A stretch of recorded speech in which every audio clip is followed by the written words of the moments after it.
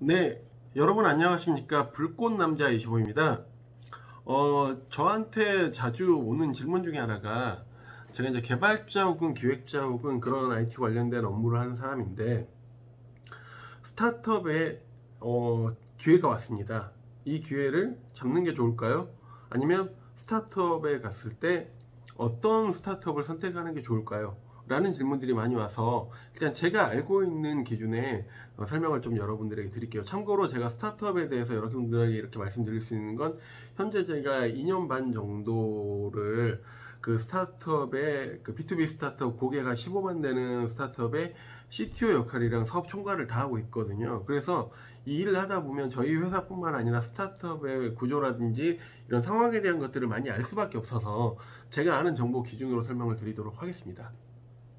일단 여러분, 스타트업 회사를 고르는 기준에 대해서 먼저 설명을 드리면요, 스타트업 회사는 모든 스타트업이 동일하게 100% 인정하는 건데, 그 스타트업의 대표가 99%입니다.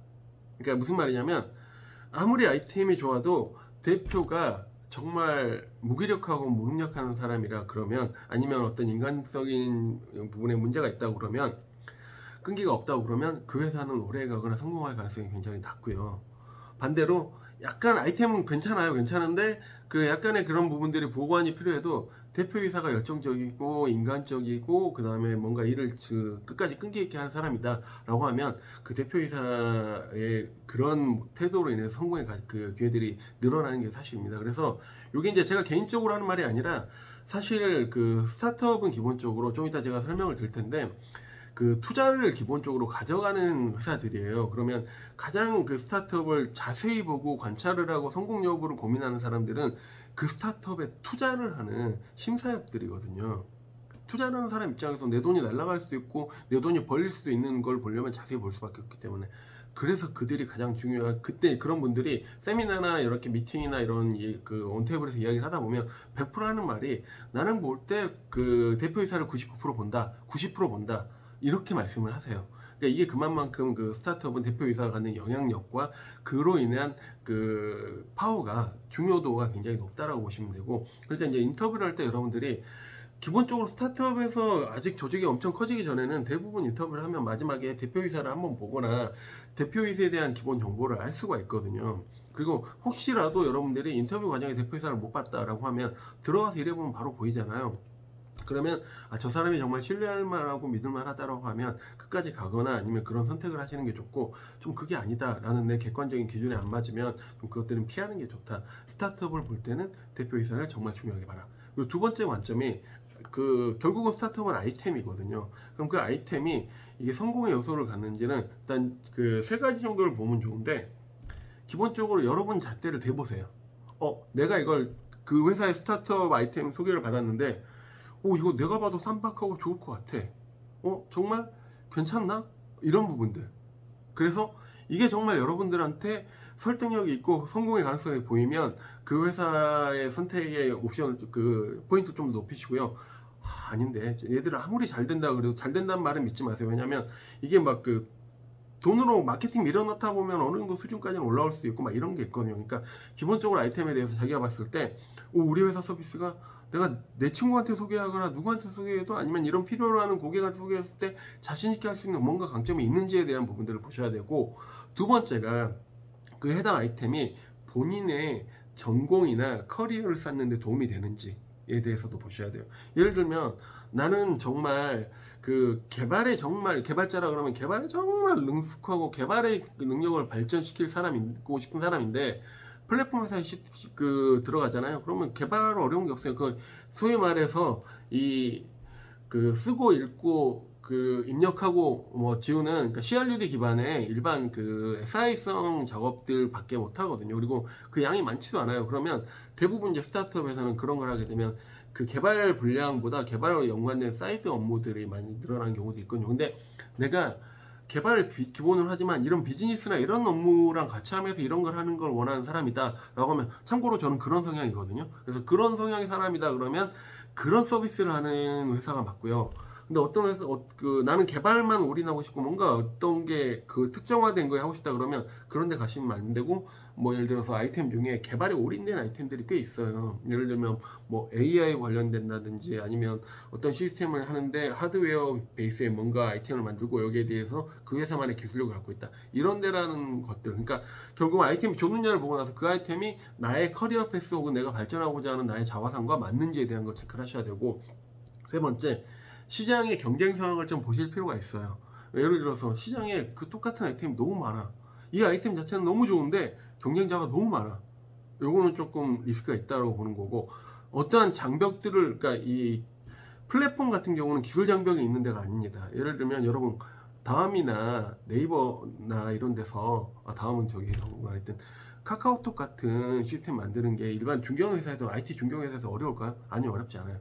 그들이 만든 것들 할 수 있는데, 플랫폼 사업은 인프라를 구성하는 비즈니스적인 마케팅과 비즈니스적인 부분이 중요한 데라서 이런 것들이 가능하거든요. 근데 이 기술적인 장면 없이 어떤 마케팅이나 이런 요소 없이 경쟁자랑 딱 섰어. 그러면 그 회사는 뭔가 나올 게 없는 거예요. 그래서 어떤 장점 부분이 기술적인 장벽, 우리밖에 못하는 기술 장벽을 갖고 있어서 남들이 못 들어오는 시장의 그 아이템인지, 아니면 어떤 우리가 갖고 있는 특별한 관점이나 비즈니스적인 장점이 있어서 뭔가 경쟁자를 이길 수 있는지, 요거에 대해서 확실하게 파악을 해야 되고, 이런 건 인터뷰할 때 물어보면 돼요. 인터뷰할 때 이제 그 스타트업 인터뷰는 약간 더 프리하거든요. 아무래도 그럴 때 제가 이런 거 막 그 인터뷰를 하는 사람이 물어보는 거 말고, 뭐 질문 있으세요 물어보면은요, 이런 건 또 긍정적인 요소가 돼요.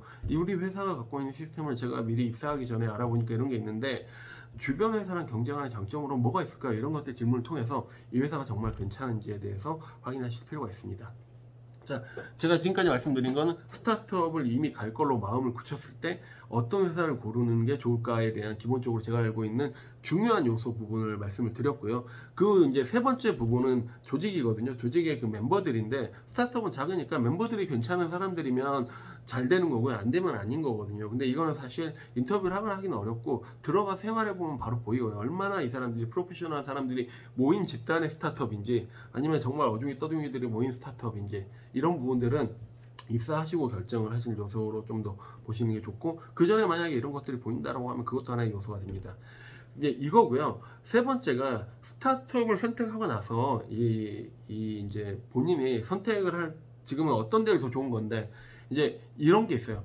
예를 들면 내가 신입일 때하고요, 그 다음에 경력자일 때의 스타트업을 보는 관점이 다르거든요. 뭐냐면 경력자, 뭐 4, 5년 경력자예요. 나는 충분히 나에 대해서 어느 정도 기본적인 지식을 갖고 스스로도 성장해 갈 수 있는 사람은 일을 하면서 자기 스스로 성장을 할 때 스타트업에 오는 거는 기회비용을 노리고 오는 경우가 많거든요. 왜냐? 지분을 받는다든지 어떤 우리가 상장을 했을 때 스톡을 받는다든지 이런 것들을 통해서 내가 급여 외에 뭔가 큰 기회비용을 노리고 몇 년간 희생할 생각이 있다, 그런 트라이를 할 생각이 있다, 이런 사람들이 바라보는 스타트업과, 신입이 들어갔는데, 신입은 기본적으로 모든 신입은 똑같습니다. 간절한 게 뭐냐면 내가 더 많은 것을 배우면서 경쟁력을 갖출 수가 있을까요? 요 고민이 있거든요.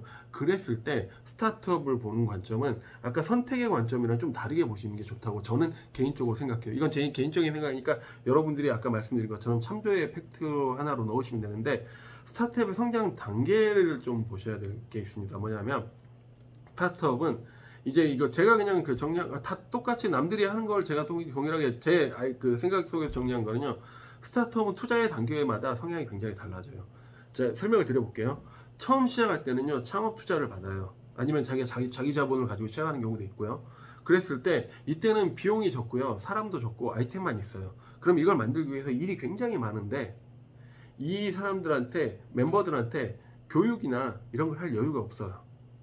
자, 그럼 반대로 그런 그 초입 창업 상태가 있고, 이제 창업을 하고 나서 시스템이 만들어지고 나면요, 안정화된 단계가 있어요. 근데 안정화라는 게 서비스로 돈을 버는 안정화가 아니라, 시스템을 이제 그 아이디어 했던 걸 이제 사업할 수 있게 만드는 단계가 넘어가면, 거기서는 이제 시드 투자라든지 브릿지라든지 이런 투자, 아니면 그 뭐 이 여러 가지 뭐 도약 패키지라든지 막 이런 그 투자 그런 것들이 있거든요. 그런 것들 받으면서 조금 서비스를 이제 보완해 가서 진짜 쓸만한 걸 만드는 단계가 있고요. 그 다음에 이제 그 다음 단계가, 이 단계까지 어느 정도 확정이 되면 시리즈 투자를 보통은 받거든요. 그러면 시리즈 A를 받는다 어떤 거냐면, 이 아이템은 시장성이 충분히 있고 성장할 것 같아. 그러니까 좀 더 큰 비용을 받으면서 이 그 서비스가 시장에 안착될 수 있도록 지원해 주는 것들. 그리고 시리즈 B는 그럼 이제 시리즈 A까지 했는데 B까지 간다라고 하면 시리즈 B 같은 경우는 야, 얘네가 좀 더 돈을 많이 벌 수 있게 기회비용을 만들 수 있구나. 시리즈 C 넘어가고 시리즈 C 이후에 투자까지 들어가면요, 이제 대박이 나는 거죠. 이런 형태로 단계가 올라가다 보니 이제 여기서 제가 이 단계를 이야기해 주는 게 뭐냐면, 회사를 선택하는 기준은 아까 말한 거고, 여기서 이제 내가 경력자이냐 아니냐에 따라 다른 게 뭐냐면, 창업 투자 단계 있잖아요. 그 단계에서는요, 새로운 신입이 들어왔을 때 얘를 가르칠 여력이 없어요.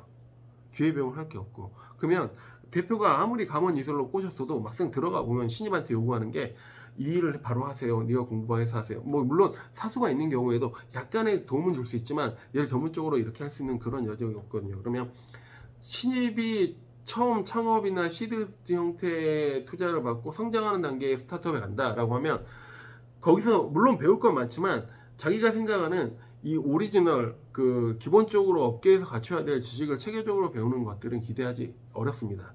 그러니까 저는 개인적으로 만약 그런 기대를 하는 사람들이, 그 신입들이 여기를 간다라고 하면 사실 저는 반대를 해요. 왜냐, 그 단계가 좀 더 높은 건 좀 다릅니다. 제가 얘기 드릴게요. 그 창업 때는요, 그리고 이제 이럴 때는 또 보통 보면 여력이 없으니까 급여를 좀 낮춘다든지 하고 뭐 여러 가지 기회비용들을 주거든요. 이런 거는 오히려 내가 한번 이런 시도를 한번 해보고 싶어, 내가 정말 기회비용 인생에 한 번은 몇 년은 이런 거에 한번 몸을 담궈보고 싶어 하는, 적어도 해당 업무를 3년 이상 한 기본적으로 4, 5년 차 정도 되는 사람들에게는 적합하다고 봐요. 그리고 이 사람들도 마인드를 가질 때 난 개발만 해야지, 물론 개발만 하는 경우도 있지만 다양한 것들을 풍독히 할 수 있다는 마인드를 가지고 시작을 해야 되고, 그 다음에 이제 그 윗단계 투자에 넘어갔을 때 시드 투자 정도까지도 사실 신입이 이제, 이게 뭐냐면 이제 어느 정도 시스템이 완성됐어요. 그러면 조금 이제 여력이 생기니까 비용적으로 다른 사람을 뽑고 회사를 조금 더 서비스를 안정하기 위해서 하는데, 일반적으로 회사의 사람들을 뽑는데 다른 경력자들을 보면 인건비가 좀 부담이 되니까 신입들을 그때 뽑거든요. 그럴 때는 이제 고민을 해야 되겠죠. 내가 그 많은 교육은 아니지만 기본적인 교육을 받을 수 있을지에 대한 부분들을 생각을 해서, 그래서 저는 개인적으로 그 시리즈 투자 전까지는 신입들이 갔을 때는 소모적으로 쓰일 수밖에 없다고, 회사마다 다릅니다. 근데 그렇게 보고 이제 어느 정도 그 시드 투자를 꼭 받지는 않더라도 어느 정도 성장 위에 있고 사수 라인이 갖춰지기 전까지는, 이게 그러니까 신입분들은 만약에 내가 들어갈 때는 이런 마인드로, 그 시리즈 투자 전까지의 회사들은 들어갔을 때 약간 소모적으로 체계적인 그 학습을 할 수 없지만 다양한 기회나 이런 다양한 일들을 배울 수 있겠구나 라는 것들을 그 감당할 준비가 되었을 때는 그런 선택을 하시고요. 그 다음 이제 그 윗단계에 넘어가는 상황에서는 그 좀 달라집니다. 그러니까 이제 뭐 시리즈 받기 전까지 혹은 시리즈 투자를 받고 나면요, 이제 자본적인 여유가 생겨요. 그리고 그때부터 고민하는 게 뭐냐면요, 조직에 대한 고민을 할 수밖에 없어요. 왜냐, 성장을 하려면 조직이 갖춰져야 되는데 지금까지는 업무에 대한 부분만 생각하니까 사람이 들락날락하고 조직을 갖출 여력이 없는데, 성장하기 위해서 베이스가 되는 조직을 하기 위해서 뭔가 노력을 하기 시작해요. 그 노력이 복리후생을 올린다든지 아니면 교육을 한다든지, 거의 둘 중에 하나로 들어가거든요. 왜냐하면 들어왔는데 새로운 사람을 뽑아야 되잖아요. 그러면 복리후생이 좋아야 되고, 그러니까 급여나 이런 부분뿐 아니라 그 나름의 좋은 사람을 뽑기 위한 매력을 갖춰야 되니까. 그리고 두 번째가 이 사람들이 왔을 때 성장할 수 있는 가능성을 계속 보존을 해줘야지 얘네들이 와가지고 안 나가고 계속 와서 성장하는 우리의 사람이 되기 때문에. 그래서 스타트업 회사들, 이제 우리가 많이 아는 뭐 배민이나 이런 데를 보잖아요. 그러면 마인드 자체가 다르고, 지금 제가 말하는 이것 중에서 상위 단계에 포지션하는 굉장히 좋은 회사로 지금 평가를 받는 회사들이 많잖아요. 이제 그런 단계라고 보시면 됩니다. 그 마지막 설명할 때 제가 약간 체계적으로 설명을 못한 것 같은데, 그래서 요거 요약하면 결론은, 스타트업은 단계가 있으니까, 그러니까 그 최종 요약을 하면, 스타트업을 고를 때는 대표라든지 아이템이라든지 조직의 구성원들을 보고 선택을 하고, 그 다음에 내가 신입이냐 그 경력자냐에 따라서, 경력자는 초기에 들어가가지고 분위기를 잡고 많은 지분을 받는 구조를 갖는 게 좀 더 후기에 들어가는 것보다 좀 더 유리한 상황을 가져갈 수 있다. 그 다음에 그 대신 리스크도 동일하게 떠나는 거고요. 신입 같은 경우는 초기에 스타트업에 들어가는 건 가능하면 배제를 했으면 좋겠다. 왜냐, 자기가 기본적으로 자신감이 웬만큼 있는 상황이 아니라 그러면 이 체계적인 성장하기에 어려운 부분이 있기 때문이다 라고 제 이야기들을 좀 정리하도록 하겠습니다. 오늘 좀 말이 많았지만 그 혹시라도 그 스타트업 고민하신 분들한테는 조금이라도 도움이 되길 바라며 내용 정리하도록 하겠습니다. 네, 불꽃남자 25였습니다. 내용이 마음에 드신 분들은 좋아요와 구독, 그리고 주변에 많은 소개 부탁드릴게요. 감사합니다.